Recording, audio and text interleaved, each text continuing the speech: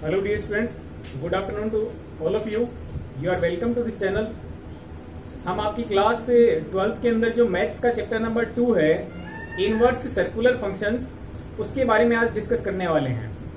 Okay students, प्रतिलोम त्रिकोणमितीय फलन या प्रतिलोम वृत्तीय फलन जिनकी बात करेंगे उनमें सबसे पहले तो एक बेसिक बात ये देख लें कि हमने क्लास 10th 11th तक ये बात पढ़ी है कि साइन के सामने यदि कोई एंगल हम पुट कर देते हैं तो उसकी कोई न कोई वैल्यू होती है. जैसे हम जानते हैं साइन यदि 30 डिग्री की बात करें तो साइन 30 डिग्री की वैल्यू 1/2 होती है.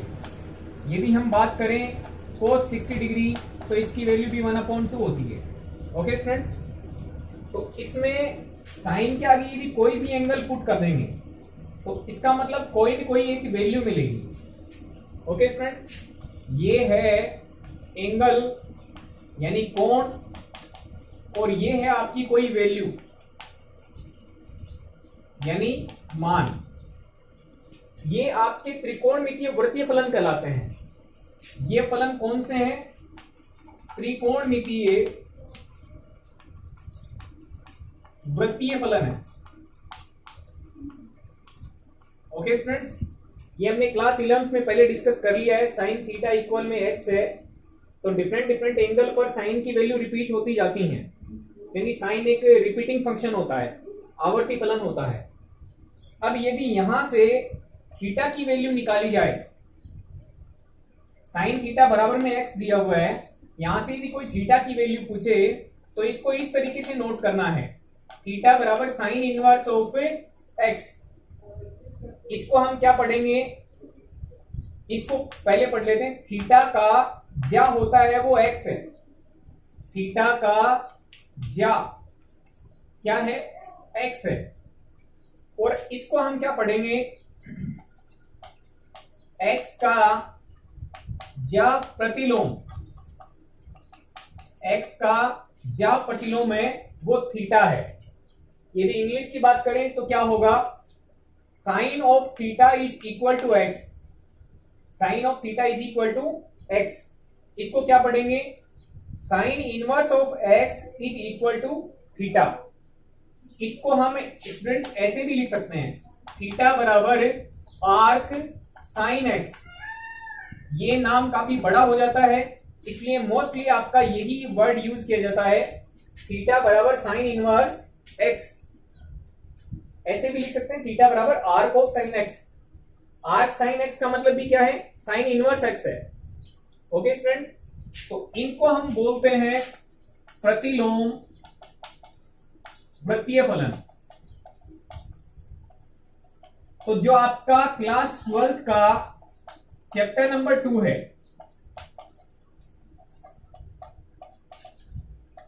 वो आपका इसी पर बेस्ड है, प्रतिलोम वृत्तीय फलनों के बारे में. तो हम इसको डिस्कस करेंगे. अब सबसे पहले एक बात याद रखिए आप, जैसे प्रतिलोम फलन की बात की गई है, ये प्रतिलोम वृत्तीय फलन है, इसका मतलब फलन तो है ही. फलन का प्रतिलोम कब परिभाषित हो सकता है? फलन का प्रतिलोम कब परिभाषित हो सकता है? फलन का प्रतिलोम तभी परिभाषित हो सकता है जब वो फलन एक ही आच्छादक हो.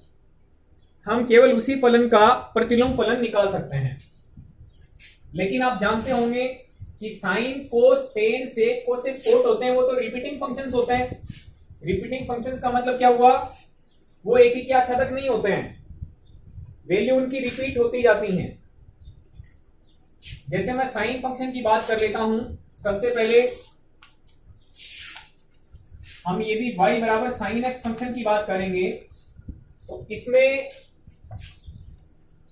साइन फंक्शन आपका इस टाइप से बनता है.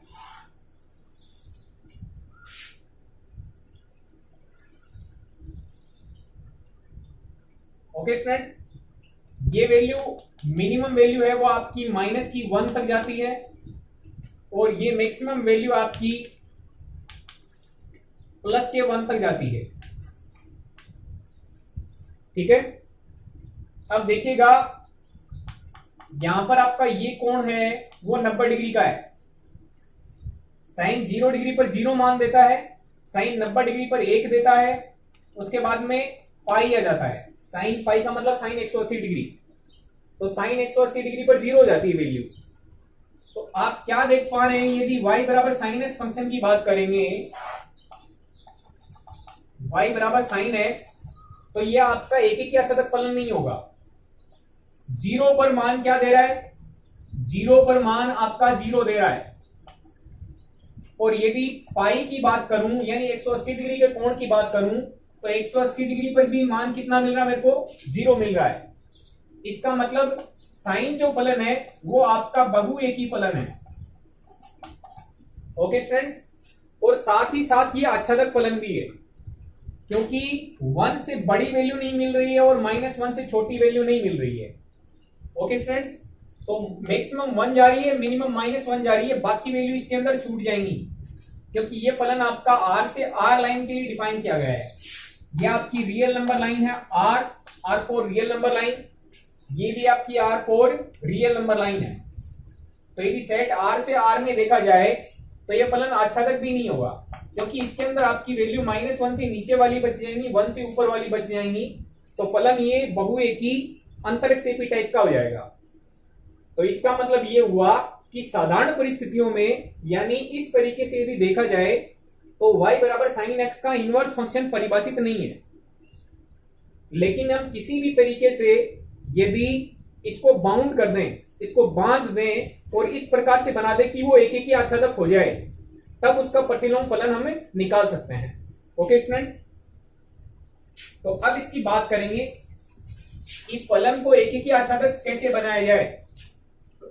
ये आपका ग्राफ है, इस ग्राफ के अंदर आप देख रहे हो ये वैल्यू आपको -1 मिल रही है, ये -π/2 पे मिल रही है।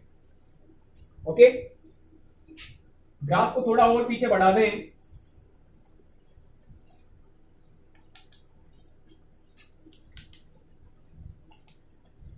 देखिएगा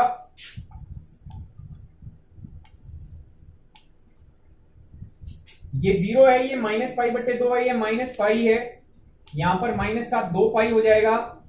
ये बीच वाला जो पॉइंट है इसकी बात करें तो -3π/2 हो जाएगा। ओके, यदि इसकी बात करें तो पाई है और ये आपका 2π है। इस पॉइंट की बात करें तो ये आपका 3π/2 है।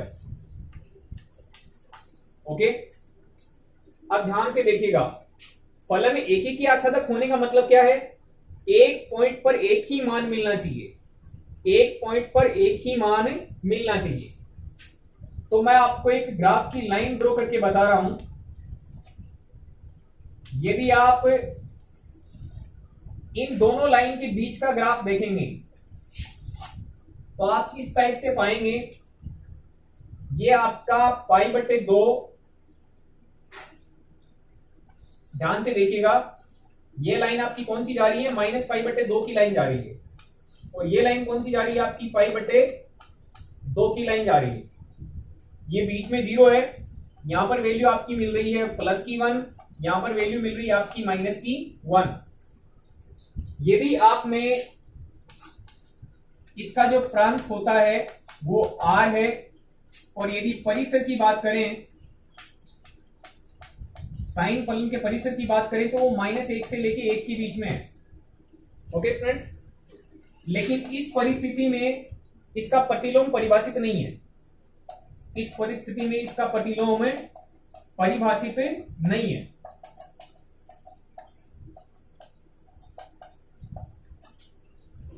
यदि मैं ग्राफ का केवल इतना सा कट पोर्शन ले लेता हूं -π/2 से π/2 के बीच में, तो यहां पर यह फलन आपका एक ही आच्छादक बन जाएगा। देखिएगा कैसे बनेगा, 0 पर 0 वैल्यू मिलेगी, यदि थोड़ा सा आगे जाऊंगा तो थोड़ी सी बड़ी वैल्यू मिल जाएगी, इससे आगे जाऊंगा तो इससे बड़ी वैल्यू मिल जाएगी, इससे आगे जाऊंगा तो इससे बड़ी, इससे आगे तो इससे बड़ी मिल जाएगी, और π/2 पर आपका एक ही मान मिल जाएगा। यदि थोड़े से पीछे आओगे तो नेगेटिव में वैल्यू मिलनी स्टार्ट हो जाएंगी, ये नेगेटिव में अलग वैल्यू, ये वैल्यू नेगेटिव में अलग है, ये वैल्यू अलग है, इस पर वैल्यू अलग मिलेगी, इस पर वैल्यू अलग मिलेगी। इसका मतलब डोमेन के यानी -π/2 से π/2 के बीच में जो आपका प्रांत बना दें, प्रांत हम कितना बना दें, -π/2 से π/2 के बीच का प्रांत बना दें, तो आपको -1 से 1 के बीच में वैल्यू मिलेंगी, और वो हर पॉइंट पर डिफरेंट वैल्यू मिलेगी। देखिएगा प्रांत के इस बिंदु पर मान अलग मिल रहा है, यदि कोई दूसरा बिंदु लोगे तो उस पर अलग मान मिलेगा, इस बिंदु पर आपका अलग मान आएगा, पीछे वाले बिंदुओं पर भी अलग मान आएंगे, तो हर एक पॉइंट पर अलग मान मिलेगा। तो प्रांत को यदि आप सीमित कर देते हैं -π/2 से π/2 के बीच का यदि प्रांत ले लेते हैं, तो आपका ये जो ग्राफ बनेगा वो प्रतिलोम फलन बना के दे देगा। यानी प्रतिलोम फलन यदि हमें लेना है तो हमें क्या करना पड़ेगा, प्रांत को या तो -π/2 से π/2 के बीच में परिभाषित करना पड़ेगा, या फिर क्या कर सकते हैं, -π/2 से π/2 की बजाय π/2 से लेके 3π/2 तक, क्योंकि ये पोर्शन है वो भी आपका एक ऐसा ही पोर्शन है। यदि ये ग्राफ देखेंगे तो इस ग्राफ में भी एक ही अक्षांश मान होंगे। तो -π/2 से π/2 में ग्राफ इस टाइप का बन रहा है, π/2 से लेके 3π/2 के बीच का कट कर लेता हूं तो ग्राफ इस टाइप का बन जाएगा। और ये ग्राफ है, ये भी आपका कैसा बनेगा, ये ग्राफ है इतना सा, ये भी आपका एक ही अक्षांश ग्राफ बनेगा। ओके स्टूडेंट्स, तो या तो आप ये ले लें या फिर आपका π/2 से लेके 3π/2 के बीच का पोर्शन लें, पीछे की साइड में भी ले सकते हैं। आप कहां से कहां ले सकते हैं, -3π/2 से -π/2 के बीच का पोर्शन भी ले सकते हैं, -3π/2 से लेके -π/2 के बीच का पोर्शन भी ले सकते हैं। यानी यदि हम साइन वाले फलन का जो प्रांत है उसको सीमित कर दें तो हमें क्या मिलेगा, उसका इनवर्स फंक्शन मिल जाएगा। ओके स्टूडेंट्स, तो इसके लिए हमें यह जरूरी होगा कि हम पहले साइन के, कोस के, टेन, सेक, कोसेक, कोट इनके ग्राफ्स के बारे में ठीक से जान लें।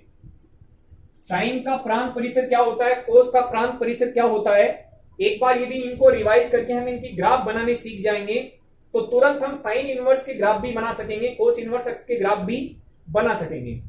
देखिए ये क्या काफी इंपॉर्टेंट क्यों है आपका, जो आपके कंपटीशन एग्जाम होते हैं, जैसे मोस्टली जेई मेन एडवांस की बात करें तो उसके अंदर आपके ग्राफ से रिलेटेड क्वेश्चंस होते हैं, उनको डेफिनेटली तुरंत आप कर सकते हैं। यदि ग्राफ पे आपकी कमांड जबरदस्त होगी तो आप आसानी से क्वेश्चंस को हैंडल कर पाएंगे। ओके स्टूडेंट्स, तो हम सबसे पहले इन्हीं के ग्राफ्स देखने वाले हैं, तो चैनल को लाइक, शेयर, सब्सक्राइब करना ना भूलें और वीडियोस पर बने रहें। ओके स्टूडेंट्स, ये आपका साइन फंक्शन था जिसके बारे में हमने डिस्कस किया है। नेक्स्ट हम आपका ले रहे हैं कोस एक्स का ग्राफ।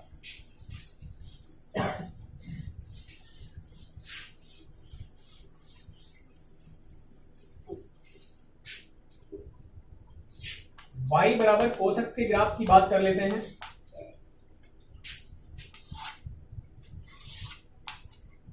देखिएगा कोस एक्स में ग्राफ बनता है वो 0 पर 1 देता है, 0 पर आपको 1 देगा,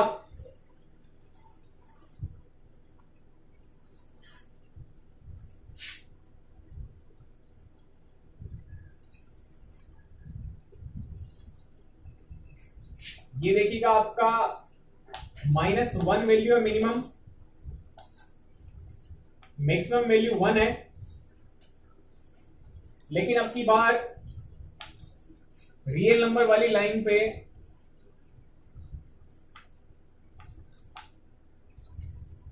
जीरो डिग्री पर आपको 1 मिल रहा है, उसके बाद में 90 डिग्री पर आपको 0 मिल रहा है। फिर आप देखेंगे तो ये पाई आ जाएगा, पाई पर आपको -1 मिलेगा, उसके बाद में यहां पे 3π/2 आ जाएगा, यहां पर आपको 0 मिल जाएगा। फिर आप देखोगे 2π की वैल्यू है, 2π पे आपको 1 मिलता है, साइन कोस का मान, कोस 2π की वैल्यू कितनी होती है, 1 होती है। फिर से आप यदि पीछे जाएंगे तो 2π के बाद में यहां पर इसमें π/2 और जोड़ दोगे तो 5π/2 हो जाएगा। पीछे यदि आते हो तो आपको 0 के पीछे यानी -π/2 मिल जाएगा यहां पर। फिर -π की बात करेंगे तो -π पर आपको -1 मिल जाएगा।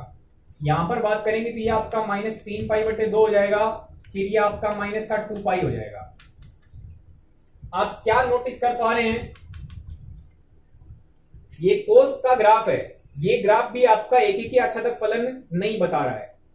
ऐसे बता रहा कि कोस है वो बहुएकी अंतरक्षेपी फलन है, क्योंकि 1 से बाहर वैल्यू नहीं है, -1 से नीचे वैल्यू नहीं है। इसका मतलब रियल नंबर वाली लाइन जो y एक्सिस है इस पर कुछ वैल्यू छूट गई है, तो फलन कैसा बन गया? अंतरक्षेपी। और यदि मैं कुछ बिंदुओं की बात करूं तो उन पर वैल्यू रिपीट हो रही है। 0 पर 1 दे रहा है, 2 पाई पर भी 1 दे रहा है, 4 पाई पर भी 1 देगा। ऐसे ही आप देखोगे तो -2 पाई पर भी आपको प्लस का 1 दे रहा है। तो इसका मतलब फलन ये बहुएकी हो गया। अलग अलग बिंदुओं पर सेम यदि मान मिलता हो तो फलन कैसा बन गया? बहुएकी बन गया। इसका मतलब यदि साधारण परिस्थितियां हैं तो उसके अंदर मैं कोस का प्रतिलोम फलन नहीं निकाल सकता हूं। तो इसके लिए आपको क्या करना पड़ेगा? आपको इस फलन का भी एक सेक्शन लेना पड़ेगा और उस सेक्शन के अंदर इसको आप डिफाइन कर सकते हैं कि इसका प्रतिलोम हम निकाल सकते हैं। तो देखिएगा किस तरीके से हम इसका कौन सा सेक्शन लें जिसके कारण इसकी वैल्यू रिपीट नहीं होगी और आसानी से हम इसका मान देख सकेंगे। तो आप देखें, ये 0 वाली लाइन है और ये आपकी पाई वाली लाइन है। आप यदि इतना सेक्शन ले लेते हैं, 0 से लेके पाई वाला सेक्शन ले लेते हैं, तो ये सेक्शन आपको एक ही अच्छा तक मिल जाएगा, क्योंकि इस सेक्शन में आपकी वैल्यू कैसी मिल रही है? हर पॉइंट पे आपको अलग अलग वैल्यू मिलेगी, कोई भी वैल्यू रिपीट नहीं होगी। तो आप देखेंगे कि केवल 0 से लेके पाई वाले बीच का यदि सेक्शन लें, इतना सा ग्राफ लें, तो ये ग्राफ आपका एक ही अच्छा तक रहेगा। साधारण परिस्थितियों में इसका प्रांत कितना है? साधारण परिस्थितियों में इसका प्रांत है वो r है। और यदि परिसर की बात करें तो परिसर आपका -1 से 1 के बीच में मान दे रहा है, तो परिसर इसका -1 से 1 के बीच में है। यदि प्रतिलोम फलन की बात करें तो इसका एक सेक्शन लेना पड़ेगा। सेक्शन कट करेंगे तो या तो 0 से लेके पाई का कट करेंगे,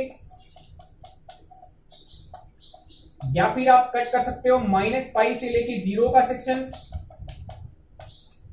या फिर आप कट कर सकते हो इसका पाई से लेके 2 पाई का सेक्शन। ओके स्टूडेंट्स, यदि आप इस टाइप का सेक्शन कट करेंगे केवल एक, तो ये आपका एक ही अच्छा फलन बन जाएगा। देखिएगा मैं अलग से थोड़ा इसको बना देता हूं। ये बात की हमने 0 वाली y एक्सिस की, ये मान आपको मिल रहा है 1 से,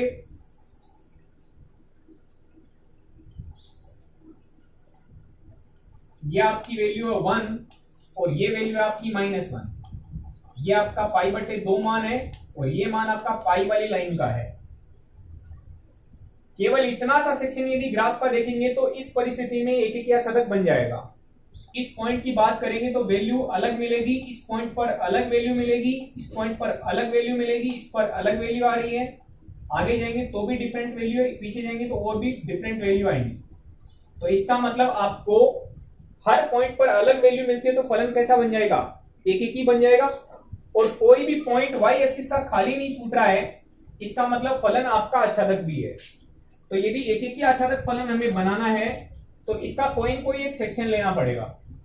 ये सेक्शन आप याद रखेंगे, 0 to पाई, -पाई to 0 या पाई to 2 पाई।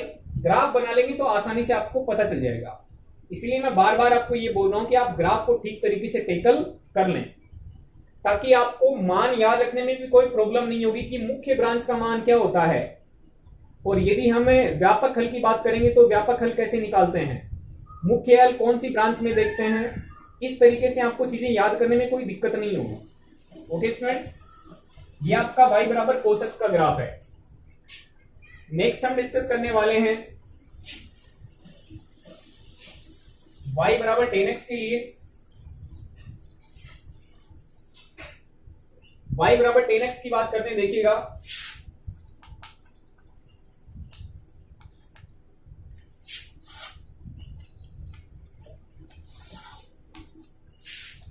ये आपकी रियल नंबर लाइन है, x एक्सिस है, ये आपकी y एक्सिस है, ये 0 वाला सेक्शन है। 0 डिग्री पर वैल्यू 0 मिलती है, tan 0 0 होता है। आप 10वीं क्लास की टेबल से याद रख सकते हैं इस बात को। आपको याद होगा कि tan 90 पर आपका मान होता था, tan का वो अनंत होता था। टेन 90 पे मान कितना होता था, अनंत होता था। यदि आपको आइडिया नहीं तो इस तरीके से देख सकते हैं, साइन एक्स डिग्री बट्टा में कोस एक्स डिग्री बराबर टेन एक्स डिग्री होता है। यदि मेरे को टेन 90 का मान निकालना है तो मैं लिख दूंगा साइन 90 डिग्री बट्टा में कोस 90 डिग्री। साइन 90 का मान 1 होता है, कोस 90 का मान 0 होता है। 1/0 का मतलब अपरिभाषित हो जाता है, इनफाइनाइट आ जाता है। तो टेन 90 में मान कितना देने वाला है, टेन आपका 90 डिग्री पे मान देने वाला है इनफाइनाइट, और 0 डिग्री पर मान कितना दे रहा है, 0 दे रहा है। आप जानते हैं टेन 0 डिग्री पर वैल्यू कितनी देगा, 0, और टेन 90 पे कितना हो गया, अनंत। तो इसकी शुरुआत 0 डिग्री से हुई और 90 डिग्री तक जाते जाते वो मान अनंत पर पहुंच गया। इसका मतलब मान बढ़ा है, 0 से लेके अनंत तक पहुंच गया। इसका मतलब मान इसका बढ़ते बढ़ते बढ़ा है और कहां तक पहुंच गया, अनंत तक पहुंच गया।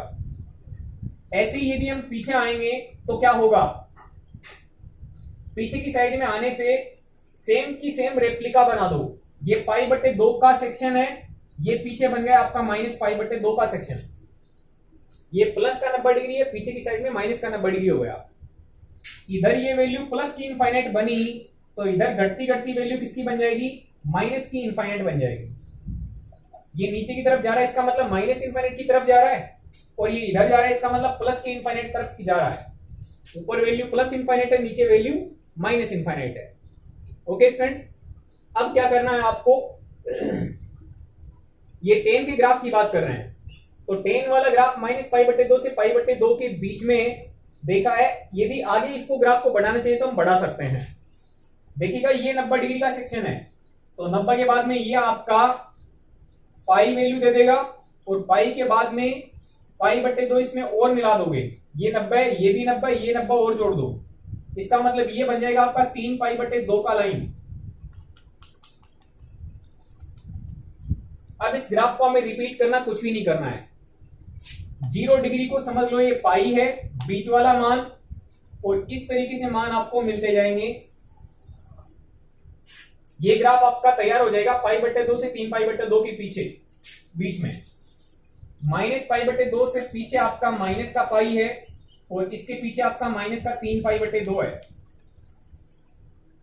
ये वैल्यू आपकी माइनस का 3π/2। इसी ग्राफ को आप रिपीट कर देंगे इस सेक्शन में। ओके स्टूडेंट्स, तो आपकी वैल्यू किस तरीके से मिलने वाली है, देखिएगा यहां पर वैल्यू जाएगी आपकी इस तरीके से। ओके स्टूडेंट्स, तो ये आपका ग्राफ तैयार होता जाएगा किसका, y बराबर 10x का। अब इसका देखिए हम रेंज कितना है और डोमेन कितना है। तो पहले तो हम y बराबर 10x के प्रांत की बात कर लेते हैं, यानी डोमेन की बात करते हैं। डोमेन का मतलब होता है एक्स वाली एक्सिस से कौन कौन सी वैल्यू उठा पा रहा है। तो एक्स वाली एक्सिस से ये वैल्यू नहीं ले पा रहा है, ये वैल्यू नहीं ले पा रहा है, ये वैल्यू भी नहीं ले पा रहा है, ये वैल्यू भी नहीं ले पा रहा है, ये वैल्यू भी नहीं ले पा रहा है। इसका रीजन क्या है, क्योंकि π/2 पर इनफाइनाइट वैल्यू जा रही है। π/2 पर वैल्यू कैसी जा रही है, इनफाइनाइट वैल्यू जा रही है। π/2 से जस्ट आगे जाते ही वैल्यू किसकी मिल रही है, नेगेटिव मिलनी जा रही है।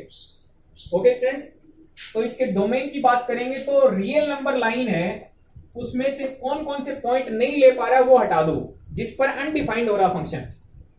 तो अनडिफाइंड किस किस पर हो रहा है, 2n + 1 × π/2। ये वैल्यूज आप हटा दो for all n belongs to z, यानी n की वैल्यू यदि z में से आप उठा के रखोगे तो उन वैल्यूज को हटा देना r में से, बाकी सभी वैल्यू ले सकता है। देखिएगा ये वैल्यू 10 ले सकता है क्योंकि इस वैल्यू पर इसने मान अपना दिया हर कुछ। ये वैल्यू नहीं ले सकता है क्योंकि इस पर मान अपरिभाषित बन रहा है। ये वैल्यू ले सकता है क्योंकि इस पर इसने कुछ मान दिया अपना। ये वैल्यू नहीं ले सकता क्योंकि इस पर अपरिभाषित बन रहा है, माइनस इनफाइनाइट बन रहा है। तो -π/2 नहीं ले पा रहा है, π/2 नहीं ले पा रहा है, 3π/2 नहीं ले पाएगा, -3π/2 नहीं ले पाएगा। इसलिए हमने कौन कौन सी संख्या हटा दी है, π/2 के ओड मल्टीपल्स, π/2 के विषम गुणज। पहला प्लस वाला हटा दिया, माइनस वाला हटा दिया, प्लस का 3 हटा दिया, माइनस का 3 हटा दिया, प्लस का 5 हटा दोगे, माइनस का 5 हटा दोगे, इसका मतलब पाई बटे 2 का विषम गुणज आपको हटाना है। और ये विषम गुणज कौन बता देगा? n की वैल्यू यदि z डालेंगे तो अपने आप ये वैल्यू हटती जाएंगी। तो रियल नंबर लाइन में से पाई बटे 2 के विषम गुणज हटा दो, वो सारी वैल्यूज 10 ले सकता है अपने प्रांत में। अच्छा, इसका परिसर क्या आने वाला है? इसके परिसर यानी रेंज की बात करें तो इसका रेंज देखिएगा, रेंज होती है y पर कौन कौन सी वैल्यू मिलती हैं, वो आपकी रेंज होती है। तो y वाली एक्सिस देखो पूरी कवर की हुई है, y वाली एक्सिस पर ये वैल्यू भी मिल रही है, y वाली एक्सिस पर ये वैल्यू भी मिल रही है, ये भी मिल रही है, और प्लस के इनफाइनाइट तक जा रही है, माइनस के इनफाइनाइट तक जा रही है। इसका मतलब इसकी रेंज है आपकी माइनस इनफाइनाइट से इनफाइनाइट। इसको शॉर्ट में हम बोल सकते हैं रियल नंबर टोटल। तो इसकी रेंज बन गई आपकी कैसी? Real number. अब देखते हैं कि इसका प्रतिलोम निकाल सकते हैं क्या। तो प्रतिलोम फलन के लिए हम ये जानते हैं कि फलन का एक ही आच्छादक होना जरूरी है। तो हम ये देख पा रहे हैं कि माइनस पाई बटे 2 से पाई बटे 2 के बीच में यदि ग्राफ का ये सेक्शन उठा लें तो ये सेक्शन एक ही आच्छादक है। ओके स्टूडेंट्स, क्योंकि हर एक पॉइंट पर वैल्यू डिफरेंट है,